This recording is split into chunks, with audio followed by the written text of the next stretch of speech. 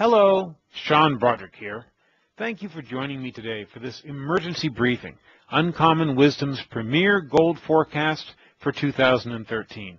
It's clear the gold market is at a crossroads. On the one hand, gold has traded essentially flat for the last 18 months. Investor sentiment is at all-time lows, and even gold experts at Credit Suisse, Barclays, and other major financial institutions are betting against the yellow metal. On the other hand, the Federal Reserve and central banks around the globe keep on relentlessly printing money. The problems in Europe seem to be heating up again, and the technical setup for gold hasn't been this good in over 30 years. That's why today we'll be speaking with legendary resource investor Rick Rule. If you don't know Rick, he's been an active investor in the gold and precious metal markets for over 35 years. He currently operates as the chairman of Sprott Global Resource Investments, one of the largest public investment firms in the world that focus exclusively on natural resources, with in excess of $10 billion in assets under administration. In addition, Rick has been active in funding hundreds of gold exploration and mining projects, and I think it's safe to say he has more insider knowledge on the gold and precious metals markets than any other expert out there today. That's why we've invited Rick to this call today, to share his forecasts and insights on the state of the gold market with you, including the major profit opportunities he sees on the horizon. We're delighted to have him on this call, and we can't think of a better time or a better expert to be talking to right now. Rick, are you there? Rick Rule here. Hi, Rick. This is Sean Broderick. Before we start talking about gold and precious metals, I want to get your opinion on what's happening over in Europe. Just last week, we've started to see problems reemerging in the banking sector, specifically Cyprus. And while Cyprus is a very tiny domestic economy in a much larger European Union, over the past few years, we've witnessed the domino effect that small economies like Greece and Cyprus can have on the overall banking sector. And what's really shocking is, for the first time that I've ever seen, the government is forcing private depositors to take a haircut to pay for a bank's bad lending decisions. So, my question is, do you think we could see big problems, black swan events? Of course, if they're black swan, they're impossible to predict, but could we see larger events play out this year that what we're seeing now is just kind of a tip of the iceberg? Sean, if you're a bird watcher, there are enough black swans on the horizon to constitute a flock. Yeah. As you point out, if they were really forecastable, they wouldn't be black swans. But I think Cyprus is analogous of a whole bunch of things. As you point out, it's a tiny domestic economy, but their banking system grew to be 8 times the size of GDP. This is indicative, I think, of the complacency with which people regarded the financial services industry really for 20 or 30 years. There was an assumption around the world prior to the 1920s that you had to pay attention what bank you put your money into because you might not get it out. Banks were roach motels, easy to get into, tough to get out of. There is a belief on a global basis now that banks are supposed to be safe because they're somehow guaranteed. I think it's indicative of the fact that as a people, and I don't just mean Americans, I mean people around the world, as a people, we have become addicted to social promises that probably can't be kept. The promise that was implicit in Cyprus, which was that the government would take care of depositors no matter how leveraged the banking system was, is analogous to the promise that we have in this country that Social Security is going to work, despite the fact that the trust fund is grievously undervalued. In fact, there's no money in the trust fund. There's IOUs. It's analogous to the promise in this country that Medicare and Medicaid are going to be there, irrespective of how people look after their own health.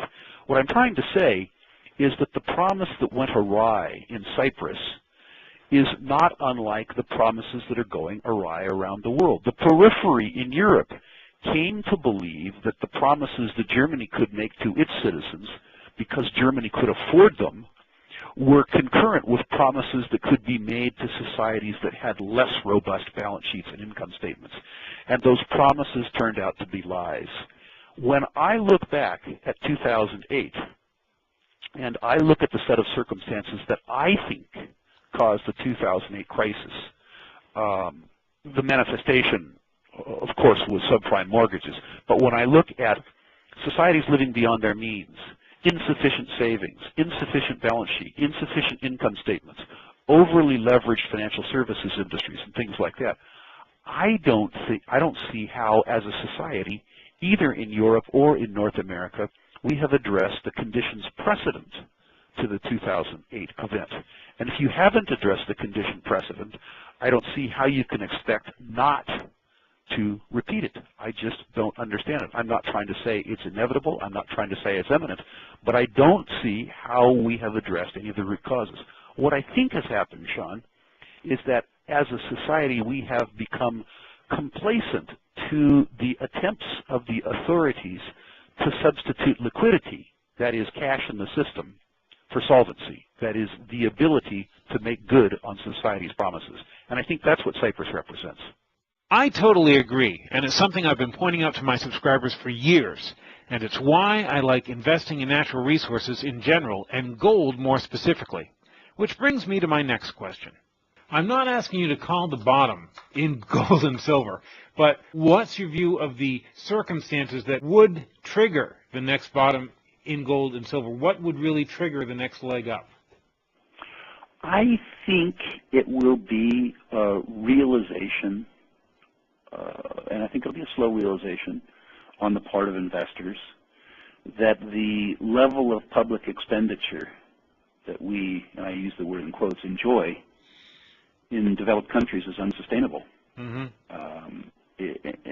You know, I truly believe that to be true. As I say, I'm not a market analyst, I'm a credit analyst. And when I look at the U.S.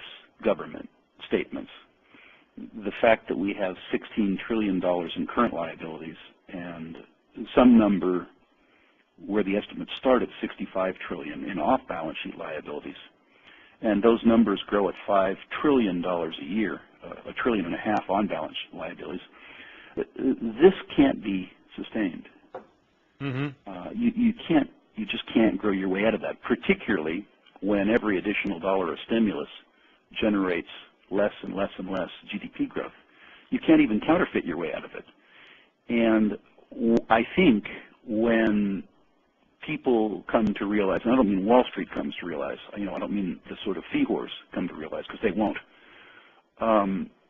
that this is unsustainable, the realization will come that what has happened in the United States, and I'll deal with the other countries later, what's happened in the United States is that the government has convinced us that our problem isn't solvency, it's liquidity. And liquidity is not a substitute for solvency. If you owe $1 million but you have $10,000 to spend, until you spent the $10,000, you might feel okay about things. But the truth is that that $1 million obligation is still out there. And one of the things that I use to explain to myself the fact that the realization is apparent to me but less apparent to other people is that in my experience, people have gathered information not to make empirical judgments, but really to support their existing paradigms and prejudices. Mm-hmm. And people, of course, prefer to feel good as opposed to feel bad. And the second thing is that people's expectation of the future is set by their experience in the immediate past. And in the immediate past, this papering over of systemic problems with liquidity has worked pretty well. And I think people would like to believe, if they're Democrats, as an example, that Mr. Obama and Mr. Bernanke have things under control.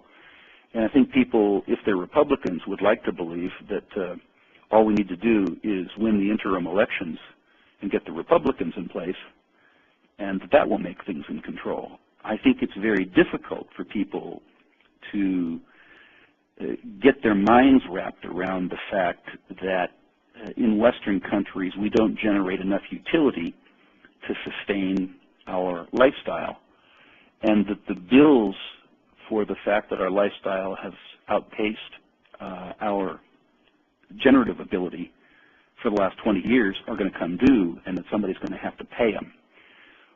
When you pay them, you have to look at the obligations that we have, both on balance sheet and off balance sheet, and you have to default, I think. And the question becomes, do we have an honest default where we say to the holders of 30-year treasuries, yes, we promise to pay you, but, we don't have any money? Mm-hmm. Do you say to the Social Security recipient, particularly my generation, the baby boomers, the most entitled and obnoxious really of all, yes, right, you worked for 40 years, you saved and all that kind of thing, and but no, we can't afford to pay you.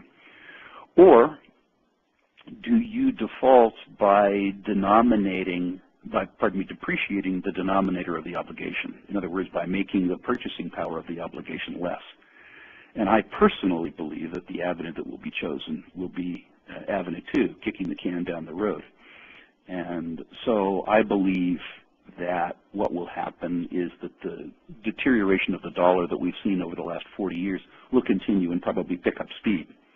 I was giving the same talk yesterday in Los Angeles to some of the investment bankers who underwrote the Sprott Physical Gold Trust, the Sprott Physical Silver Trust, and the Sprott Physical Platinum and Palladium Trust. And I was able to illustrate this because I'd driven to their offices on the 405 freeway from Los Angeles Airport, and I passed a Motel 6. And the sign said, Motel 6, $49.95. And you all may be too young to know this, but Motel 6 was named Motel 6 because when I was in my 20s, a room at Motel 6 cost $6. Mm-hmm. Mm-hmm. And I can assure you that there's nothing about the utility of Motel 6 that's caused the value of the room to escalate from $6 to $49. What's happened is that the medium of exchange has been devalued by that extent in the intervening period of time. And I think it's important that people understand that. When somebody in the room, and I had a lot of fun with this guy, somebody in the room asked me, yeah, all that's well and good, but when's gold going to move? And what I was able to say to him was, well, on reflection, it's going to move in July of 2000. It's in fact moved from $252 an ounce to $1,600 an ounce. A 13-year move of 600% is adequate from my standpoint. And I think it continues at about that pace. What is gold going to do for the next 2 or 3 months or 6 months? I don't know. But I suspect that what it will do over time is in some way pretty related to what it's done in the past, which is pretty good. Yeah. Would you favor the physical metals over the miners now, or else do you think that we should be looking at the miners because they've been beaten down so much? Well, for myself, I've been a systematic buyer of the metal for years, and I don't need to increase my bullion holdings necessarily. I would encourage every investor who isn't a bullion holder to hold some bullion. I think that's where you start. You own, well, first of all, if you think the gold price or the silver price or the platinum price is going to go up, what you buy is gold, silver, or platinum. That's where you start. For me, I buy a stock because I think that stock is going to go up, and I try and get the increase in commodity prices as a bonus. I look for a company that has some value-driving catalyst, really irrespective of the size of the company.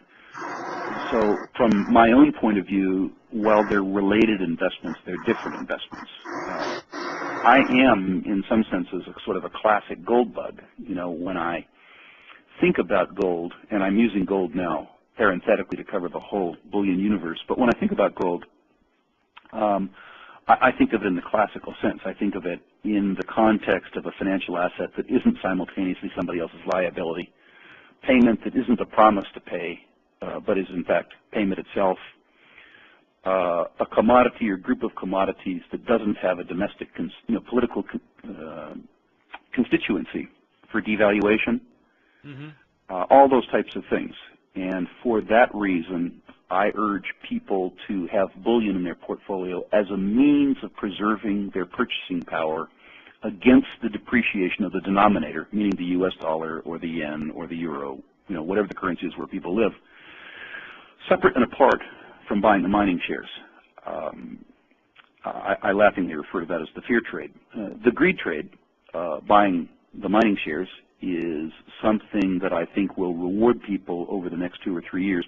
One statistic I'll point out is it's very difficult for people who haven't explained it, or, pardon me, who haven't experienced it, to understand what happens in the secondary and tertiary tier of the market when the market goes up. And I was explaining to some of the younger people in our organization last week about the fact that bear markets like this actually beget bull markets, and bull markets beget bear markets. But what's interesting is that if you were aggressively buying the better assets in bear markets, the money that you make when the market turns is astonishing. And my CPA, who is in-house now, was in the room. And to illustrate, he told the assembled younger personnel that in the 1991 to 1996 market, the 89, 90, 91, 92 were very, very, very dismal markets, similar to the one we're in today, where a lot of junior companies were getting delisted, just going to listing heaven. And I was very, very aggressive in that market. And what Bruce pointed out was that my capital gains tax bill in 1996 was substantially larger than my net worth in 1991. So when people consider whether or not they want to participate in the sector, the first thing they need to consider is that it's a volatile, capital-intensive sector with a lot of risk, and particularly in the secondaries and tertiaries, you wouldn't want to use money that you weren't able to lose 30, 40, 50% of. But you do it because there's very, very, very few sectors in the world where a reasonably carefully selected subset or portfolio can give you the upside. Coming out of these bear markets, tenfold gains are fairly commonplace. And that's something that people in a market like this, where their only experience is losing money, it's something they need to consider. Yeah. One thing that I was going to ask about is that, we have seen most of the miners beaten down into the dirt, but some are actually holding up quite nicely, or at least they've made good rebounds. Timmins would be one example, Lydian another. What do you think is really setting these apart, or else is it really too individual to, like, say, as a group, they're doing something right? Well, Sean, you make a great point. The companies that are really adding value, and by really adding value, I don't just mean adding value in a commodity price sense, but companies that are performing. An example last year, a series of examples last year would have been Reservoir Minerals, 26 cents to $3 on a discovery. Mm-hmm. Africa Oil, 80 cents to $10 on a discovery.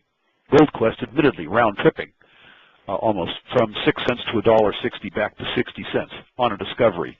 One of the reasons that the market has performed poorly is because we haven't given the market too many reasons to perform well. And those companies that have performed well have done well. What encourages me is, you pointed out Lydian. It has done well of late, but the share price performance of Lydian falling from $2.80 to $1.70, given what is to me an absolutely superb deposit, low upfront capital costs, decent grades, decent metallurgy, very high after-tax rates of return, short payback. In fact, the performance of the whole junior gold developer sector has been very poor, and I think undeservedly poor. We talked in earlier questions about the difference between what the industry will acquire going forward, how it used to acquire leverage to gold, and how now it will be looking to acquire financially accretive transactions. And names like Lydian, Bellosun, Torex are very, very, very seldom reasonably priced. And the price of the higher quality developmental stage juniors seems to me to be the most reasonable since 2002, and before that, I'm sorry, since 1992. Since 1992, and before that, since 1974. So I think you bring up a good point, and I think it's one that your subscribers would would be well paid to pay attention to. So you think we're at least a 20-year buying opportunity, maybe a 40-year buying opportunity? In the developmental stage gold juniors, absolutely. Okay. A small subset, admittedly, of the overall sector, but it's a subset that's almost never reasonably priced. I have to tell you, Rick, I couldn't agree more. I'm seeing some remarkable values in the mining sector right now. Plus, the technical charts are telling me that the whole sector is severely oversold, and like a rubber band stretched to its limit, the market is about to snap back, setting up some very interesting buying opportunities. Now, I want to switch gears and talk about something that's somewhat of your specialty, mine financing. As you know, exploring for resources like gold is an expensive, capital-intensive business, which means these companies are constantly competing for money to fund upcoming projects. And from what I'm hearing, a lot of companies are struggling to raise capital these days. So, what's your view of financing in the sector going forward? There's still an awful lot of money available for good products. If you follow Sprott in the news, you will see that this week we inked a deal with Zijin Mining Company, which is the largest of the Chinese gold mining companies, to manage $500 million on their behalf and on behalf of other Chinese investors assembled by them, precisely for development capital for the mining industry. We've had more discussions with very large money in the last 3 or 4 months than we've had in the history of Sprott. So there's an awful lot of money around, but the money is going to be substantially more disciplined than it was last time through. The small boutique house that was able to access the dumb money for the last 10 years is just going to go away. The transaction terms will get stiffer, but that'll be good for everybody. In terms of alternative finance, I think you put your finger on one thing. The streaming companies and royalty companies are selling at approximately 1.7 to 2 times net asset value, meaning that their cost of capital from a conventional viewpoint is sub-zero. And the equity cost of capital to the advanced explorers and developers is fairly expensive. So I think one of the things that you will see is more streaming deals. The investment community likes the streaming companies because they don't get exposed to exploration risk and development risk. In other words, there is much less opportunity for operational failure. Where there are no opportunities and where your income stream feels like semi-secured debt, and in particular, I think one of the things that you're going to see very quickly in the mining industry that's of interest to your subscribers will be the fact that while the streaming companies sell at 15, 16, 17 times EBITDA to enterprise value, the base metals miners are selling 5 or 6 times EBITDA to enterprise value. And the consequence of that, I think that you're going to see in the next 4 or 5 months, maybe 12 months, some very large streaming transactions where the very largest base metals companies sell their byproduct precious metal streams to the streaming companies to arbitrage the gap between what the market is willing to pay for cash flows and make the base metals miners more capital efficient by selling those byproduct streams. And I think that you'll see the streaming companies, by virtue of their acquiring 20-year streams, very steady streams from the base metals mining companies, increase their dividend yield, which I think will put some pressure on the major mining companies to increase their dividends a little bit. I think that's one of the themes that you're going to see.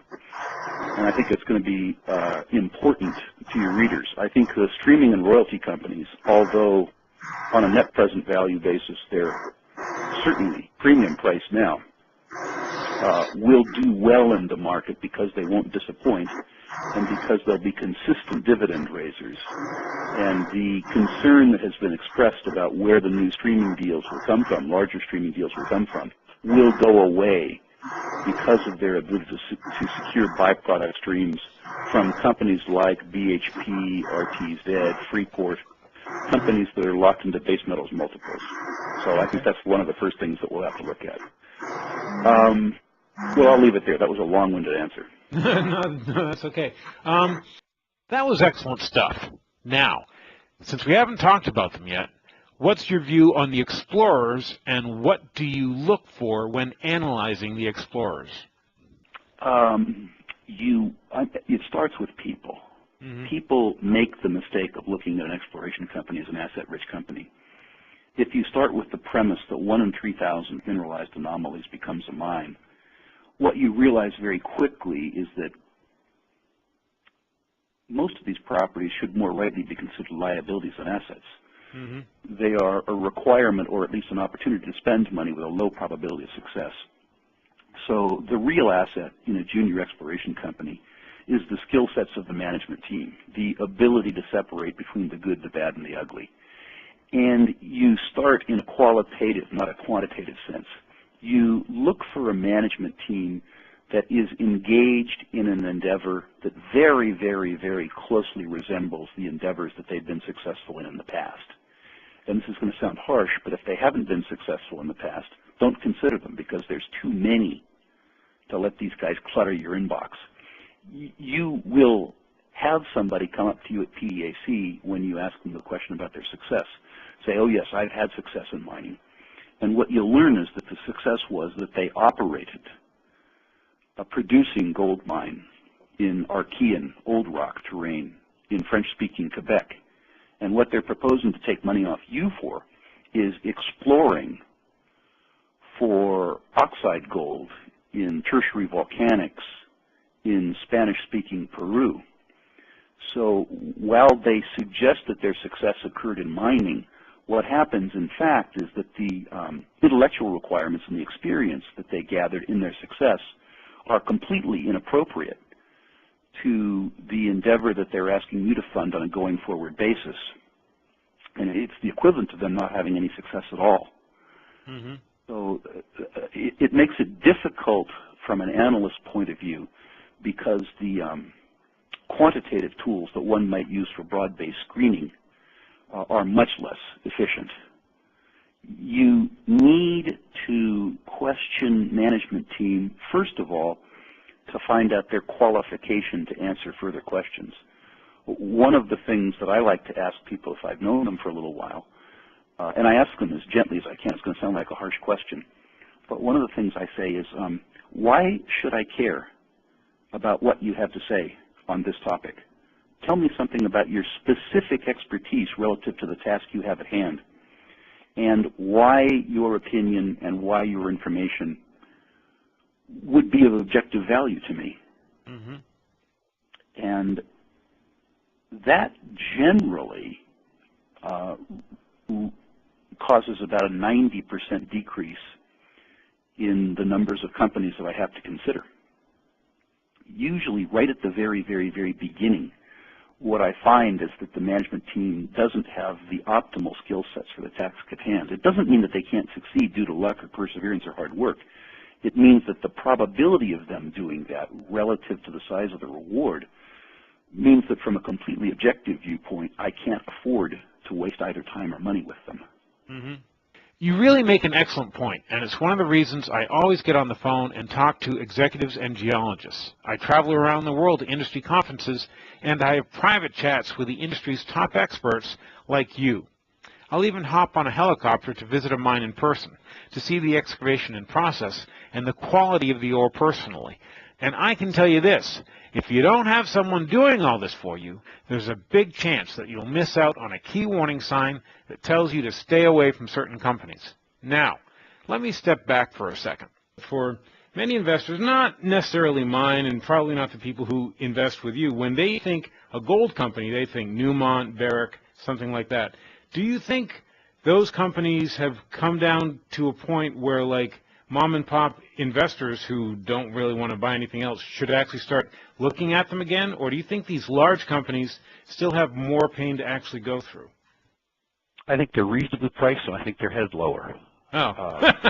So yeah, I know, because market has, psychology, right? It's just, somebody that has a 2 or 3 year outlook in these things, I think can begin nibbling. What I would suggest that your readers think about, Sean, is when the VIX, when the volatility index gets up above 20 and hopefully above 30, These senior mining companies are as volatile large capitalization stock as exists.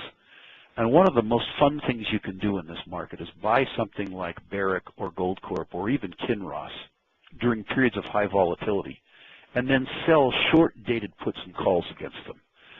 Doing that allows the market to pay you for doing what you otherwise ought to do for free, which is buy low and sell high. Mm-hmm. And that strategy with the senior golds, when the volatility index goes up, which I'm almost certain it will at some point in time this year, is just absolutely as much fun as you can have trading the senior golds. Okay, good. Probably extremely profitable, too. Outside of things like gold and silver, what else are you really interested in? What do you think could really pay back investors this year? Well, I don't know about this year, but over the next 2 years, okay. I really like the uranium space. Well, that was one of my questions. Good. Uranium was doing, extremely well, and uranium paid me enormously well in the early part of the last decade. In the period, really 1999 to 2004, 2005, uranium treated me extremely well. We had a situation where the uranium got clobbered by one event, Fukushima. And we all hope, of course, that's a one-off event. The circumstances around Fukushima caused investors to make a series of assumptions, or perhaps merely not to think, and importantly caused the uranium price to fall from $85 a pound to $40 a pound. That happened because post-Fukushima, Japan shut down their nuclear fleet, and shutting down the nuclear fleet took 15 or 20 million pounds of demand out of a 190 million pound market. At the same time that it put 15 million pounds of supply back on the market because the Japanese reactors sold their uranium inventories, not knowing how else they could generate cash and knowing that those uranium inventories were superfluous when they weren't producing uranium. So we see a 2 or 3 year rebound in the uranium price from its current $40 or $42 up to the $80 or $85 that is necessary to supply the world's existing nuclear fleet. So we certainly like what we see in the uranium space. We also, for investors, albeit not for speculators, like the natural gas space. We probably wouldn't be buying it right now because we see an uptick in the natural gas price as a consequence of drawdowns. But in the summer doldrums, in June or July, when everybody thinks that the natural gas business is going to go out of business again, I would draw your readers to the differences in world gas markets between the North American markets and other global markets and cause them to understand just how cheap natural gas is. When a commodity is this cheap, a couple wonderful things happen for it. Supply falls because people are sick of losing money on a unit basis, and demand increases. And demand is increasing for natural gas in the United States from many sources. It's being used as a peaking power source for electricity. Increasingly, it's being substituted for diesel as a motor fuel. Warren Buffett has said that they're doing research into powering trains with natural gas. That they're also, at least North American natural gas, being turned into petrochemicals and fertilizer. We have a domestic industry that's competitive in that business again. As with all other commodities, day follows night. Bear markets and the low pricing associated with bear markets cause supplies to fall, they cause demand to increase, and that causes price to go up. So looking longer, we're very, very, very attracted to the natural gas space. Well, finally, we talked a little bit earlier, but we think that platinum and palladium prices can only go up. We think that platinum and palladium have been forgotten as bullion. They are certainly bullion too, but we believe that the platinum and palladium markets have the best conjunction of supply and demand of any of the precious metals. And so we think over the next 2 years, platinum and palladium prices will do very well. Oh, well, good, because my subscribers are in natural gas, making money at it too, it was great to actually buy that when everyone hated it, because it actually has worked out so well for us. So let's get into some specific companies. Right now, I think Mexico has some good mining prospects. What do you think about some of the companies mining there right now? For example, a company like Argonaut. We haven't done a recent NAV on Argonaut. Although I have a long and very pleasant experience with the Argonaut management team. So we would certainly give them credit on the people factor. What we don't see in Argonaut is a world-class deposit. And what I have seen in the gold business is that you can settle for a 1 million ounce deposit, but you really want a 2 to 4 million ounce deposit. Okay. In that context, my favorite of the Mexicans, I shouldn't say my favorite, that implies a value judgment. The Mexican miner that I have been most aggressively adding to in our portfolios is Torex Gold, symbol TXG. This was a spin-off from Goldcorp in the Guerrero Gold Belt, and it's had enjoyed much better exploration success, I think, than people, including myself, had anticipated. We are also shareholders of Esperanza Silver. This is the recycle of the team that sold Mines Management for $1 billion to Pan American Silver. They have 4 developmental stage properties, really too small for our taste. Cerro Humil is only a 1 million ounce project, but we think it's unusually cheap relative to how far along they are in the development, and we would expect that they will either see an increase in share price or see themselves taken over. Maybe you want to speak about this, maybe you don't. Which explorers sitting on a pile of cash do you think are like at huge discounts now because the market really doesn't like, explorers right now? Well, that would sound like a recommendation, which I'm not allowed to do. Yeah, all right. I can tell you some companies that I'm buying, which go more to disclosure of conflict of interest. Okay. Than recommendations. We have been relatively consistent buyers of Robert Friedland's latest efforts, Ivanplatz. That appears to me to have 3 world-scale discoveries in one company. It's run by Robert Friedland, of course, and irrespective of what people think of Mr. Friedland's presentation style, he has simply been the most successful mining entrepreneur of his generation. He is the best storyteller I have ever heard, and he is telling the best story of his career. And despite that, as a consequence of this market, the stock is, in my humble opinion, cheap. Political risk, to be sure, South Africa and Congo. But I'm enough of a veteran of political risk that, frankly, my greatest experience of political risk was here in California. So I'm less afraid of places like Congo and South Africa than other places might be. In the purer explorer vein, my preference has always been the prospect generator. People who use their technical acumen, their business acumen, to develop projects which they farm out to other companies and use other people's money. This is very useful because exploration is a high-risk, high-reward, capital-intensive business. And if you understand as an explorer that the value in the company is really in the intellectual capital that you have, and you dilute at the property level rather than at the intellectual capital level, it's just a much, much, much more intelligent way to finance exploration. I also like the prospect generators because I have to do less due diligence. It doesn't matter to me if I like a project. If a prospect generator can show me that Newmont likes the project, or Teck likes the project, or Rio Tinto likes the project. So the idea that major mining companies do my due diligence for me, and then rather than sending me as a bill for consulting in terms of due diligence, they write a check to earn into it. That's a set of circumstances I really like. The bigger prospect generators, the more established prospect generators, which is the best place for speculators who know the space less well to participate, would be names like Eurasian Minerals, EMX on Toronto, Lara Resources, LRA on Toronto, Riverside Resources, RRI, I think, on Toronto, Altius Minerals, ALS on Toronto, Virginia Gold Corp, VGQ on Toronto. I'm probably leaving a couple out, but those are the big ones. And those are companies that consistently get $20 or $30 million a year of other people's money spent on their exploration, don't have to dilute, and also have very large and very liquid balance sheets.